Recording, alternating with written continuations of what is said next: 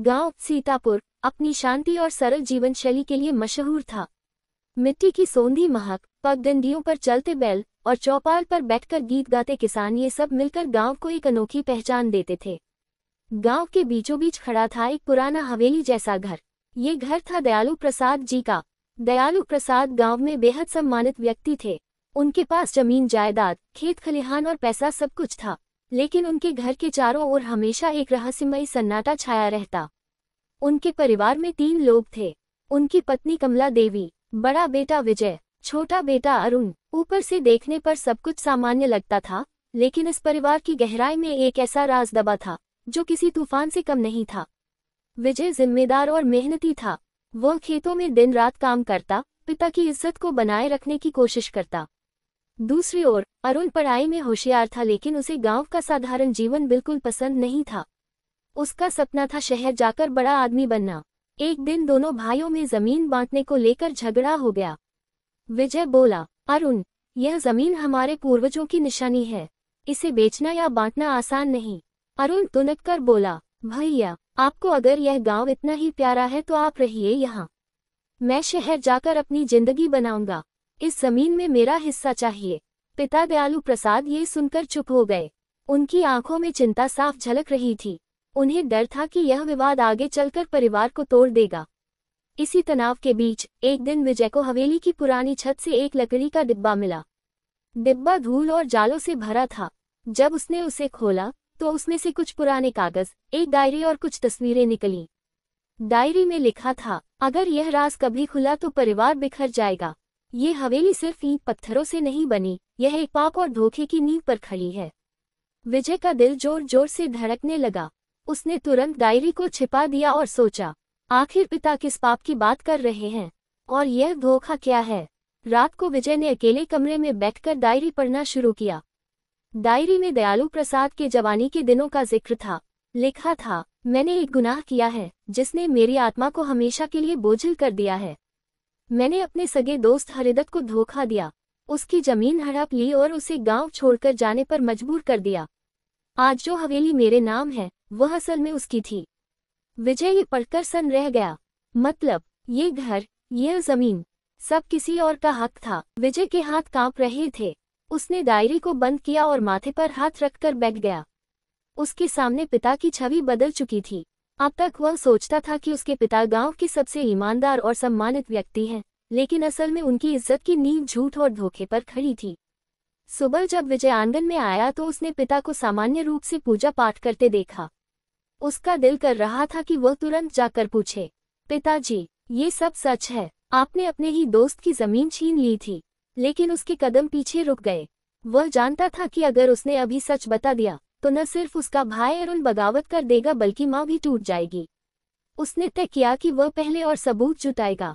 इधर अरुण रोज पिता से पैसे और जमीन में हिस्से की मांग करता रहा।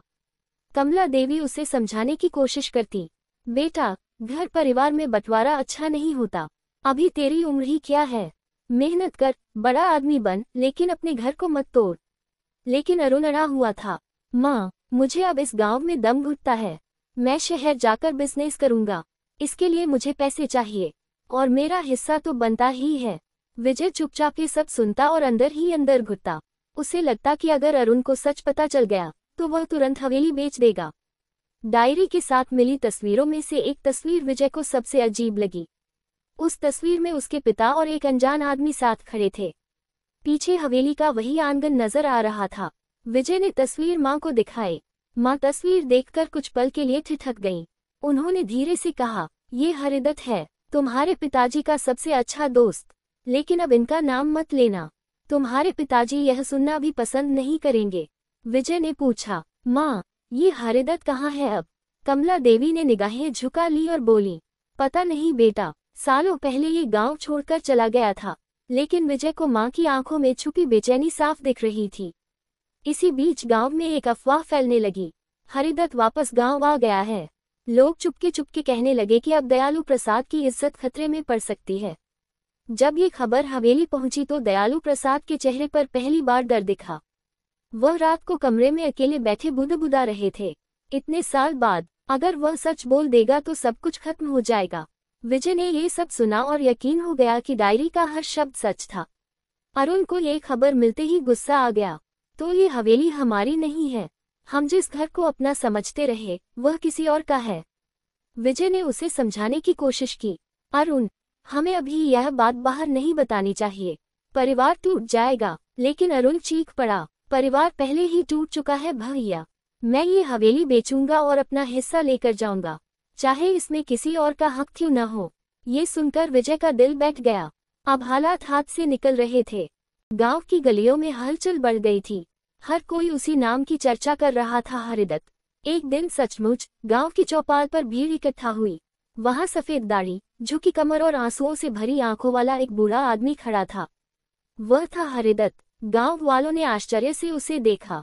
किसी ने पूछा, भाई इतने सालों बाद लौटे हो? हरिदत्त ने लंबी सांस ली और बोला, मैं अपना हक लेने नहीं आया हूँ, मैं बस सच बताने आया हूँ, वो सच जो बरसों से दबा हुआ है। ये सुनकर विजय का दिल जोर जोर से धड़कने लगा। उस शाम हवेली के आंगन में सब इकट्ठा हुए, दयालु प्रसाद, कमला देवी, विजय, अरुण और गांव के कुछ बुजुर्ग। हरिदत्त ने कांपती आवाज में कहा, दयालु, याद है तुझे? तू मेरा दोस्त था, मैंने तुझ पर भरोसा किया, लेकिन तूने मेरी जमीन हड़प ली। उसी जमीन पर खड़ी ये हवेली तेरी नहीं, मेरी है। अरुण तुरंत चीखा, तो ये हवेली हमारी नहीं है। हम इतने सालों से झूठ में जी रहे थे। दयालु प्रसाद की आंखें भर आईं। उन्होंने भारी आवाज में कहा, हाँ, ये सच है। मैंने गुनाह किया था, उस समय लालच में अंधा हो गया था। मैंने हरिदत्त को धोखा दिया, तभी से मेरी आत्मा मुझे चैन नहीं लेने देती। अरुण ने गुस्से में कहा, भैया अब बताए, ये घर किसका है?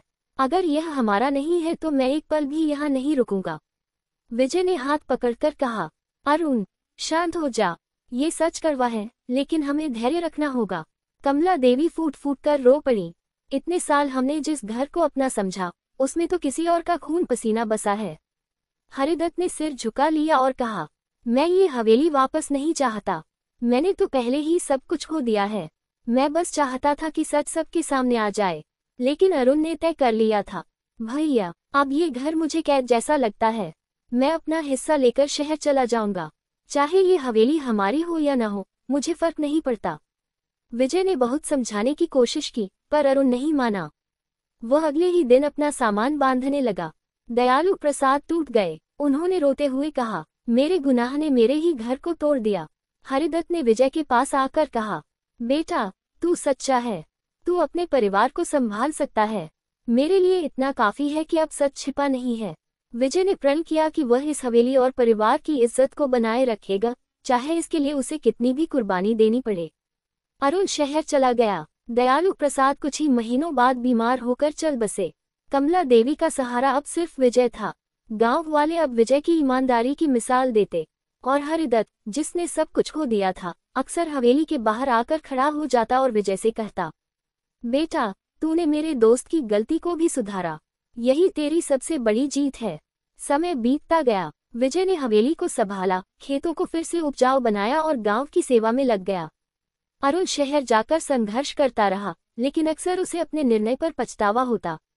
एक दिन उसने अपने भाई को खत लिखा, भैया मुझे माफ कर देना, मैंने गुस्से में बहुत कुछ कहा, पर सच यह है कि बिना परिवार के इंसान अधूरा है। मैं लौटना चाहता हूँ। विजय ने बिना देर किए जवाब दिया, घर का दरवाजा हमेशा तेरे लिए खुला है अरुण, आ जा। और जब अरुण वापस लौटा तो हवेली के आंगन में वर्षों बाद वह मुस्कान लौटी, जो कभी इस परिवार की पहचान हुआ करती थी। सीख, सच कितना भी कड़वा क्यों न हो, एक दिन सामने आ ही जाता है। और परिवार की असली ताकत उसका एकजुट रहना है, न कि जमीन जायदाद।